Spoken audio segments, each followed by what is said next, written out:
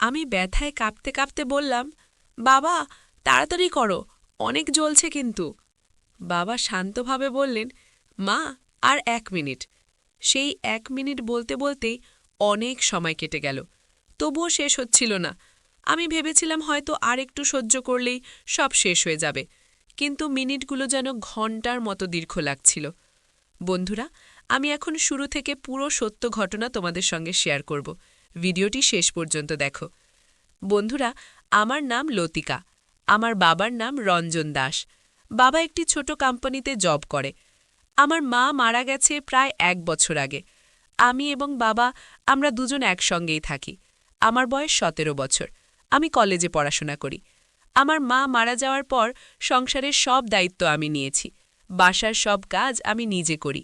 মা চলে যাওয়ার পর থেকে সংসারটা পুরোপুরি আমাদের দুজনের কাঁধে।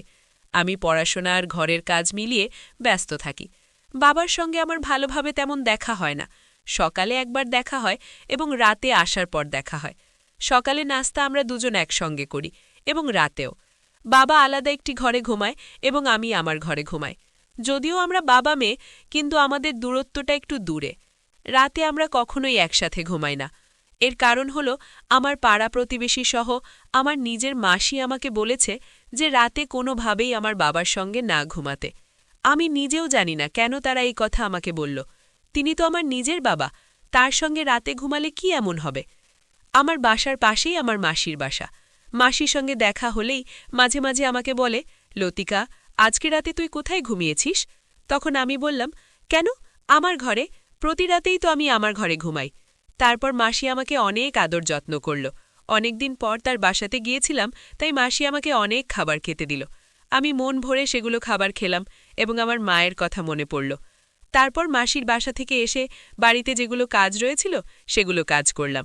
সন্ধ্যা পেরিয়ে রাত হয়ে গেল। তারপর বাবা অফিস থেকে আসলো। আমি খাবার টেবিলে রেডি করলাম। তারপর আমি আর বাবা সেই খাবারগুলো খেয়ে দুজনে দুজনের ঘরে ঘুমাতে গেলাম। কিন্তু ঘুমানোর পর এমন একটি কাণ্ড ঘটল যেটা আমি কখনো কল্পনাও করতে পারিনি। রাত গভীর হয়ে গিয়েছিল। হঠাৎ মনে হলো কেউ ঘরের দরজার কাছে আসছে।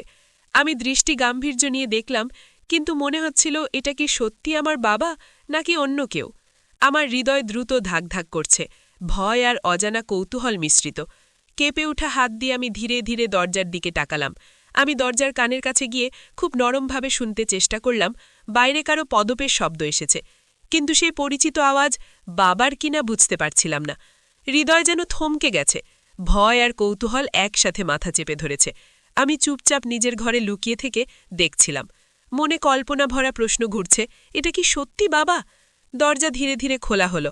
অন্ধকারের মধ্যে আমি একজনকে দাঁড়িয়ে দেখলাম। বাবার মতনই হাঁটছেন, কিন্তু মুখ ও ভঙ্গি স্পষ্ট নয়। হৃদয়টা দ্রুত ধাক ধাক করছে। ভয় আর কৌতূহল একসাথে জেঁকে বসেছে। আমি নিজেকে শান্ত রাখার চেষ্টা করছিলাম, তবে ভাবছিলাম, এটা কি সত্যি আমার বাবা নাকি অন্য কেউ? আমি ভয়ে জমে গিয়েছিলাম। অন্ধকারে দাঁড়ানো মানুষটা একেবারে বাবার মতো দেখাচ্ছিল, কিন্তু তার চোখে ছিল অদ্ভুত শূন্যতা। ধীরে ধীরে সে এগিয়ে এলো আমার দিকে। আমার কানে তখনও বাজছিল মাসির সেই সতর্কবাণী, রাতে বাবার সঙ্গে ঘুমাতে যাস না। হঠাৎ মনে হলো, এ কি সত্যি আমার বাবা নাকি অন্য কেউ তার ছদ্মবেশে?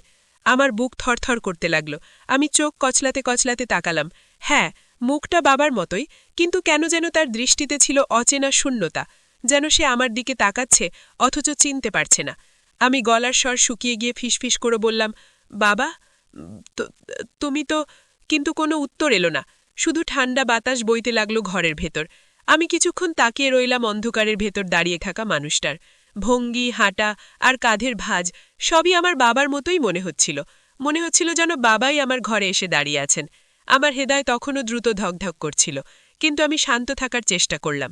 সে ধীরে ধীরে ঘরের এক কোণে এসে দাঁড়াল না, বরং দরজার দিকে ফিরে গেল। আমি নিজের ঘরে ফিরে এলাম, দরজাটা ভেতর থেকে বন্ধ করে নিলাম এবং ধীরে ধীরে বিছানায় শুয়ে পড়লাম। ঘুম আসে, কিছুটা ক্লান্তি ও বিশ্রামের কারণে। পরের দিন সকালে সূর্যের আলো জানলার ফাঁক দিয়ে পড়ছিল। ধীরে ধীরে চোখ মেলে চারপাশটা দেখলাম, সব আগের মতোই স্বাভাবিক। সকালবেলা প্রতিদিনের মতো আমরা নাস্তার জন্য টেবিলে বসলাম। বাবা এবং আমি একসঙ্গে সকালের নাস্তা করলাম। বাবা হেসে বললেন, কেমন হলো রাত? আর আমি হালকা হাসি দিয়ে জবাব দিলাম। মনে হচ্ছিল বাবার কোনো অস্বাভাবিকতার ছাপ নেই, সবকিছু ঠিক যেমন আগের দিনগুলোতে হতো। নাস্তা শেষ হতেই বাবা অফিসের জন্য প্রস্তুতি নিতে শুরু করলেন। তিনি আমার সঙ্গে কথা বললেন স্বাভাবিকভাবেই, যেন গত রাতের ঘটনা তিনি জানেন না। কিন্তু আমার মন তখন অন্যদিকে ঘুরপাক খাচ্ছিল। ভাবছিলাম ওটা কি সত্যি আমার বাবা ছিল নাকি অন্য কেউ। কেন যেন রাতের দৃশ্য বারবার মনে আসছে। তবে যত ভাবলেও এখন সেই প্রশ্ন নিয়ে সময় নষ্ট করার কোনো মানে নেই। আমি ধীরে ধীরে নিজের কাজ শুরু করলাম।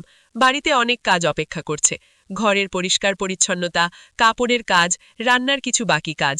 কাজগুলোর মধ্যে মনোযোগ দিয়ে এগোতে চেষ্টা করলাম। তারপর কলেজের জন্য প্রস্তুতি নিলাম। মনটা কিছুটা শান্ত হলেও ভেতরে প্রশ্ন আর উৎকণ্ঠার ঝড় থামেনি। আমি ভাবছিলাম হয়তো এই ঘটনা সম্পূর্ণ সাধারণ কোনো ব্যাখ্যা আছে। কিন্তু নিজের মধ্যে এক অজানা আতঙ্ক তখনও ছিল। মাসির কথার অর্থ কি সত্যি এর সঙ্গে সম্পর্কিত? কেন তিনি আমাকে এমনভাবে সতর্ক করেছিলেন? মনে মনে আমি নিজের জন্য এক সিদ্ধান্ত নিলাম। এই রহস্যের পিছনে আসল সত্য খুঁজে বের করা হবে। আর এর জন্য শুধু চিন্তা করলেই হবে না, বাস্তবে পদক্ষেপ নিতে হবে। এখন আমার কাজ হলো প্রথমে প্রতিদিনের দায়িত্ব ও কাজগুলো সম্পন্ন করা, তারপর ধীরে ধীরে এইসব প্রশ্নের উত্তর খুঁজে বের করা।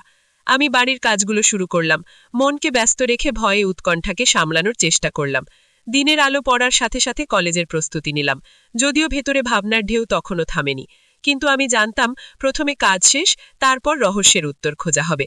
এভাবে আবারও রাত হলো, ঘরের অন্ধকার নেমে এলো, আর আমি নিজেকে প্রস্তুত করলাম আসল ঘটনাটি জানার জন্য।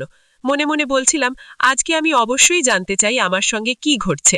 ওটা কি সত্যি আমার বাবা, নাকি অন্য কেউ বাবার ছদ্মবেশে এসেছে? রাতের অন্ধকারে আমার এই মনোবল, আমার এই সংকল্প আমাকে এগিয়ে নিয়ে যাবে। কারণ আমাকে সবকিছু নিজের চোখে দেখতে হবে, সব রহস্যের জবাব পেতে হবে। রাত যত গভীর হচ্ছিল, আমার মন আরো অস্থির হয়ে উঠছিল। হঠাৎ শুনতে পেলাম পায়ের শব্দ। কারো পদক্ষেপ যেন আমার ঘরের দিকে আসছে। আজকে আমি আগে থেকেই দরজা ঠিকমতো বন্ধ করেছিলাম, তাই কারো আসার সম্ভাবনা খুব কম। তবু আমার মনে সন্দেহের ছায়া নেমে এলো। ধীরে ধীরে আমি লক্ষ্য করলাম দরজার কাছে অল্প অল্প করে পা দেখা যাচ্ছে, যেমন কেউ দাঁড়িয়ে আছে। দরজার পাশে জানালা থাকায় আমি চুপচাপ উকি দিলাম। সেই মুহূর্তে আমি দেখলাম সেই মানুষটি যেন বাবার মতোই, লম্বা, ভঙ্গিমা, সবকিছু বাবার মতোই। তবু আমি এখনো নিশ্চিত হতে পারছিলাম না এটা কি সত্যি আমার বাবা নাকি কেউ অন্য কেউ। তার মুখ পুরোপুরি অন্ধকারে ঢাকা, দেখা যাচ্ছিল না। কিছুক্ষণ পর সে অন্ধকারে মিলিয়ে গেল। আমি আর তাকে দেখতে পেলাম না। আরেকটু পর আবার পায়ের শব্দ এলো। দেখলাম সে ফিরে এসেছে, দরজার কাছে দাঁড়িয়ে উকিঝুঁকি করছে। যতই ও চেষ্টা করুক, আজকে আমি কোনোভাবেই দরজা খুলব না। আমি ঘরের ভেতর থেকেই যা দেখার তাকিয়ে থাকব। অনেকক্ষণ স্থির হয়ে তাকিয়ে থাকার পর ধীরে ধীরে দেখতে পেলাম বাবার মতো যে লোকটি ছিল সে আর নেই।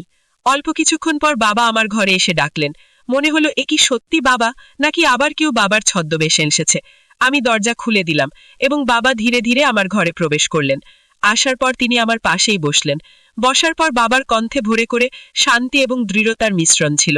তিনি বললেন, তোমার মাসি বা আমাদের পাড়া প্রতিবেশীরা যারা আমার বিষয়ে তোমাকে এগুলো বলেছেন, তাদের কথায় কখনো কান দেবে না।